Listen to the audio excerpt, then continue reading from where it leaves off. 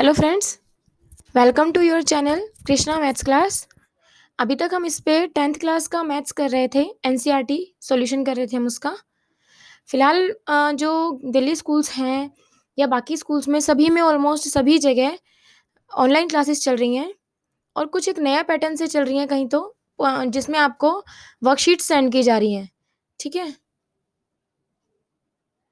जिसमें आपको worksheet send की जा रही हैं और मैं आपको आज एक वर्कशीट सॉल्व करवा रही हूँ जो कि वर्कशीट नंबर 7 है, क्लास 9th। जो सब्जेक्ट है वो मैथ्स है और इसका जो टॉपिक है वो है पॉलिनोमियल्स, बहुपद। ठीक है, ये हिंदी में है। मैं आपको इंग्लिश मीडियम भी प्रोवाइड करा दूंगी। फिलहाल मैं आपको हिंदी वाली जो वर्कशीट है वो करवा रही हूँ। देखिए, स्टार्टिंग है। जैसे दो बच्चे हैं, मीना एंड राजू। इन दोनों की आपस में चैट हो रही है, आपस में बात हो रही है। मीना, राजू, अगर मैंने 5 पेंसिलें 15 रुपए की खरीदी तो क्या तुम एक पेंसिल की कीमत बता सकते हो? राजू कहता है शायद 3 रुपए और 3.5 रुपए। मीना कहती है चलो, यहाँ हम एक पेंसिल की कीमत को एक चिन्ह से दर्शाते हैं, जैसे एक्स। ठीक है, अब 5 पेंसिलों की कीमत होगी 5 गुणा एक्स, जिसे हम 15 के बराबर रखना चाहिए हमें। ठीक है, जो 15 के बराबर होगा, क्योंकि उसने जितनी पेंसिलें ली थी उनकी कुल कीमत कितनी थी? 15। ठीक है, तो 5 मल्टीप्लाई एक्स में 5 को किस अंक से गुणा करें कि 15 मिल जाए? एक नॉर्मल सी बात आप समझिए, 5 पेंसिलें 15 रुपए की हैं, एक पेंसिल की कीमत क्या होगी? अभी हम इस पोलिनोमियल को छोड़ के अपनी पुरानी क्लास में पहुंच जाते हैं। हमने ये पढ़ा था, अगर हमें ज्यादा चीजों की कीमत पता हो, जैसे 5 पेंसिलों की पता है, अगर मुझे एक की निकालनी है तो मैं क्या करूंगी? 15 डिवाइड बाय 5 कर दूंगी, यही करूंगी ना। तो अगर मैं 15 को डिवाइड बाय 5 करूंगी तो 5 से 15 को डिवाइड किया तो 3 आ जाएगा, यानी एक पेंसिल की कीमत कितनी हो जाएगी? 3 हो जाएगी। समझ आ रही है बात? अगर हमें कोई कम चीज का रेट निकालना होता है, ज्यादा का दिया होता है, तो हम डिवाइड करते हैं। और अगर हमें ज्यादा कम का दे के ज्यादा का पूछते हैं तो हम क्या करते हैं? मल्टीप्लाई करते हैं। ठीक है, अब देखिए मीना क्या कहती है, यानी 5 मल्टीप्लाई एक्स में एक्स की जगह 3। अगर हम x की जगह 3 कर दें, यानी 5 मल्टीप्लाई 3, 5 गुणा 3 करेंगे तो 15 आ जाएगा। इसका मतलब एक पेंसिल की कीमत कितनी हुई? 3 रुपए। समझ आ गई? अच्छा राजू, यदि 5 पेंसिलों की कीमत 50 होती तो भी वही बात। 5 की 50 है तो 50/5 कर दोगे तो एक की कीमत कितनी हो गई? 10। यानी 5 गुणा, क्या करें? एक्स को क्या करूं कि 50 आ जाए, तो एक्स को मैंने क्या रख दिया? 10। तो 10 गुणा 5 कितना हो गया? 50। यानी हमें क्या करना पड़ा? एक्स की वैल्यू को हम बदल रहे हैं। ठीक है, लेकिन जो 5 है वो तो क्या है? कांस्टेंट है, वो तो नहीं बदल रही। तो हमें ये समझाया गया यहाँ पे कि जो एक्स होता है, एक्स, ये क्या होता है? इसका मान बदलता रहता है, इसलिए इसको चर बोलते हैं, इसे हम इसको वेरिएबल बोलते हैं। मैथ्स में जो हम ये एक्स, वाई, जेड ये यूज करते हैं, इनको क्या कहा जाता है? चर कहा जाता है, इनको वेरिएबल्स कहा जाता है। ठीक है, और जो हम अंकों का यूज करते हैं, जैसे 5 का यूज किया, 15 का यूज किया, ये क्या है? अचर। 5 को क्या हमने बदला नहीं है ना, 5 तो 5 ही रहा, नहीं बदला। तो 5 की वैल्यू, इसको क्या कहा जाएगा? अचर कहा जाएगा।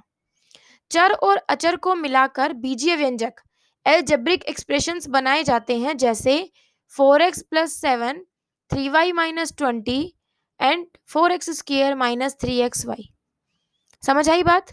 जब हम मैथ्स के न्यूमेरिक नंबर और इंग्लिश के अल्फाबेट को मैथ्स में जब यूज करते हैं, यानी वेरिएबल्स और कांस्टेंट टर्म को, अचर को क्या कहते हैं? कांस्टेंट। इनको हम मैथमेटिकल ऑपरेशंस, वो कौन से होते हैं? जैसे प्लस, माइनस, डिवाइड, मल्टीप्लाई। ठीक है, इनके साथ यूज करके हम इक्वेशन बना देते हैं, उसको कहते हैं बीजीय व्यंजक, एलजेब्रिक एक्सप्रेशंस। क्लियर? यहां तक समझ आ गया? आगे देखिए, बीजीय व्यंजक में एक या एक से अधिक पद हो सकते हैं। बीजीय व्यंजक में एक या एक से अधिक पद हो सकते हैं।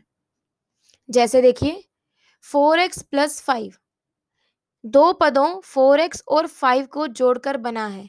बच्चे, आप 9th क्लास में हैं, आपने ये तो 8th क्लास में भी पढ़ा था कि पद कौन से होते हैं। जैसे ये हमारे पास पूरी ये है, ये आपकी अलजेब्रिक एक्सप्रेशन है 4x + 7, ठीक है। तो इसमें जो 4x है ये अलग से पद हो जाएगा, अलग से टर्म हो जाएगी, और जो 7 है ये अलग से टर्म हो जाती है, ठीक है। ऐसे ये 4x है जो ये अलग से टर्म है, और जो ये 5 है ये अलग से टर्म है।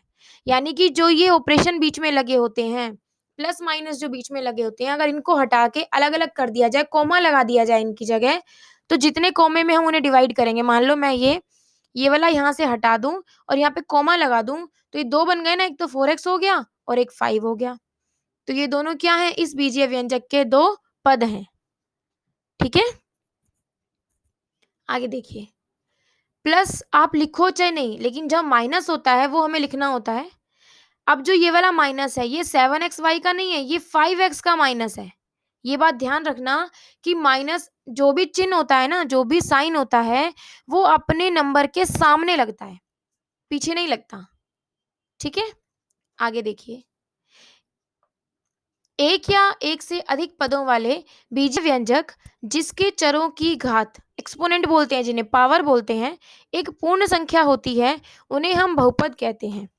एक बात आपको याद रखनी है, जैसे देखो 4x + 3y, यहाँ पे x जो है, चर जो है, इसकी पावर होल नंबर है, यानी 1 है।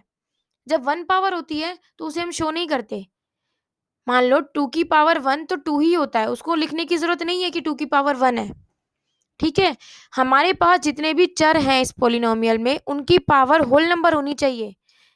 मतलब पावर 0 हुई तो वो कांस्टेंट टर्म रह जाएगी, पावर 1 होनी चाहिए, 2, इस तरीके से पावर होनी चाहिए।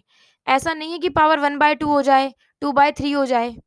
अगर ऐसे पावर है तो वो बहुपद नहीं होगा, ठीक है।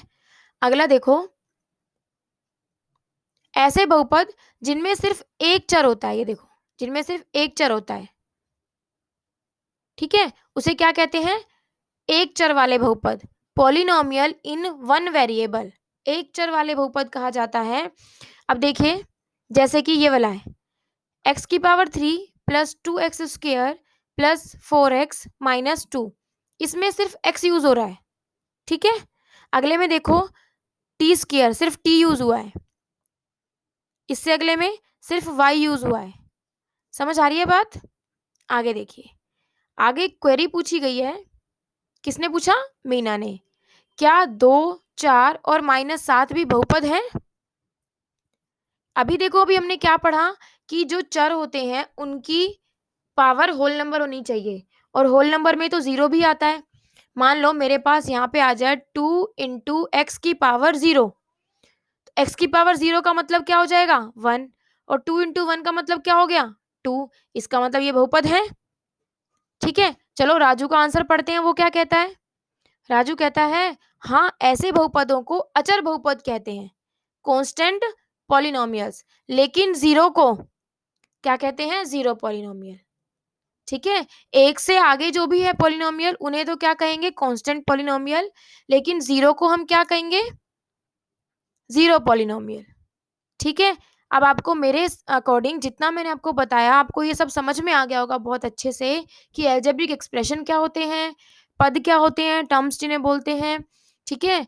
और जो पॉलिनोमियल्स इन वन वेरिएबल है वो क्या है, कांस्टेंट पॉलिनोमियल क्या है, 0 पॉलिनोमियल क्या है। अब आपको इसे सॉल्व करना है, ठीक है। देखिए, आपको बताना है कि कौन कौन से बहुपद हैं।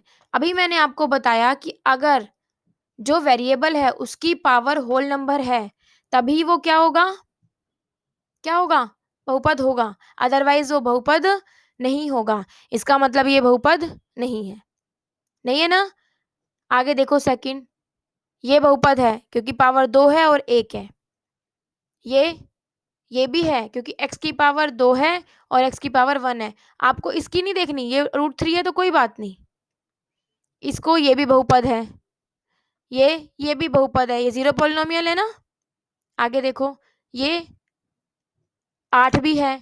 ये बताइए, अगर t नीचे है और अब मैं इसको ऊपर लेके जाऊंगी तो t की पावर क्या हो जाएगी, -1, लेकिन हमें तो पावर क्या लेनी है, होल नंबर, होल नंबर में -1 नहीं आता, इसलिए ये बहुपद नहीं है, ये वाला, ये बहुपद नहीं है। ठीक है, अगला देखो, ये y की पावर क्या है, 1/2, 1/2 होल नंबर है, नहीं है, इसलिए ये भी बहुपद नहीं है। Clear question. अब आपको ये 4 बस अपने आप से करने हैं, बाकी मैंने आपको सब बता दिए, बस आपको सही और गलत बता के ये 4 जो दिए हुए हैं नीचे, ये अपने आप से करने हैं। पहला क्या है, x² + y + 3 एक चर वाला बहुपद है। दूसरा है, बहुपद में पदों की संख्या ज्यादा से ज्यादा 2 हो सकती है। तीसरा है, 0 एक बहुपद है। चौथा ये है।